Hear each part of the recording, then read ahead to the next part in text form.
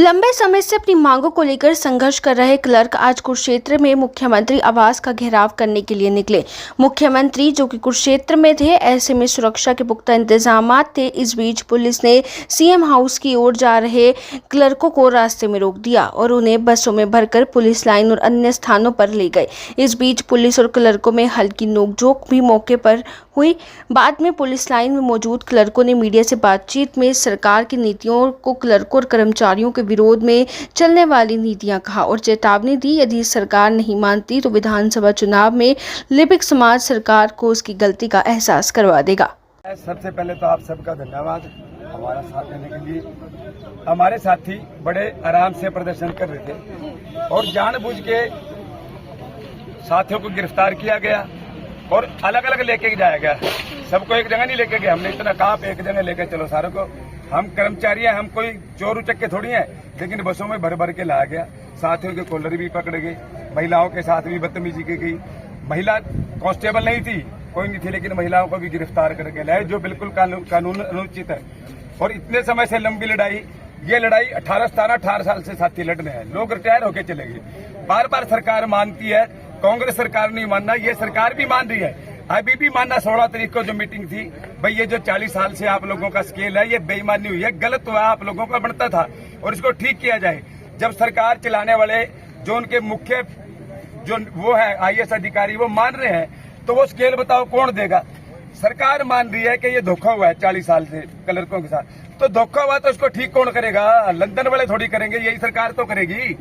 हम दफ्तरों में काम करने वाले लोग हैं सारे के सारे, हम कोई सड़कों पे काम करने वाले ऐसे थोड़ी है कि हम यहाँ सड़कों पे पड़े। हालत देखो आप सारों की क्या हो रही है। प्रदेश भर से कितने कर्मचारी आज यहाँ पे इकट्ठा हुए हैं? यहाँ से मैडम अभी भी बहुत साथी है जो आ रहे हैं, अलग अलग सैकड़ों की संख्या में जो कर्मचारी साथी है हमारे, और ये काफिला बढ़ता चलेगा।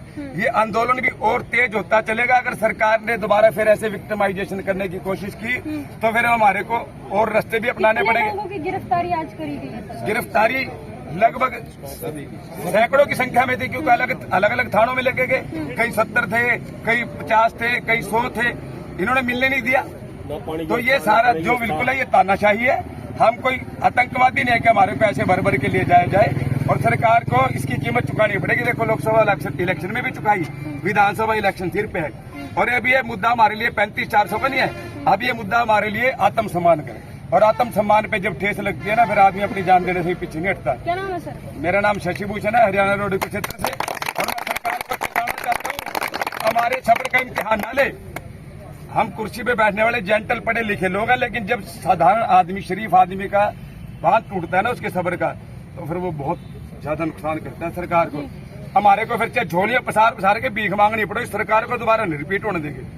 आप लोगों ने आज सीएम हाउस का घेराव किया था अपनी तमाम मांगों को लेकर। आप पिछले काफी दिनों से जो है धरना प्रदर्शन क्या कहेंगे? मैं आपको बताना चाहूंगा कि पिछले 3 से 4 सालों से क्लरिकल यूनियन अपनी मांगों को लेकर परेशान है, सरकार के पास बार बार जा रही है। आज हम शांतिपूर्ण तरीके से अपनी पैदल यात्रा लेके जा रहे थे। यहाँ पता चला सीएम है, तो हम अपने वहाँ मिलने के लिए सीएम साहब के लिए वहाँ जा रहे थे। यहाँ सरकार ने और पुलिस ने एक सोची समझी रणनीति के तहत हमारे साथियों को गिरफ्तार किया। अलग अलग जगह इनको बंद रखा गया। हमारी बातें सीएम साहब के पास नहीं रखने दी गई। और मैं आपके द्वारा सीएम साहब को भी, सभी सरकारी जो अधिकारीगण है जो हमारी बात नहीं मानना चाहते, उनको भी चेताना चाहता हूं और साथ अपने क्लरिकल साथियों को भी आह्वान करना चाहता हूं। इसके साथ सभी यूनियन का आह्वान करता हूं कि 28 जुलाई को सभी साथी पंचकुला के लिए मार्च करें और पंचकुला के अंदर घेराव करें।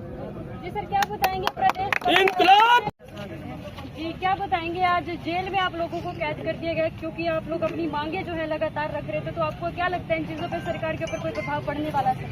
सरकार के ऊपर पूरा प्रभाव पड़ रहा है, तभी तो सरकार ने हमारे को अलग अलग थानों में रखा है, एक जगह नहीं रखा। क्योंकि अगर एक जगह रखती तो कुछ और भी ज्यादा हो सकता था।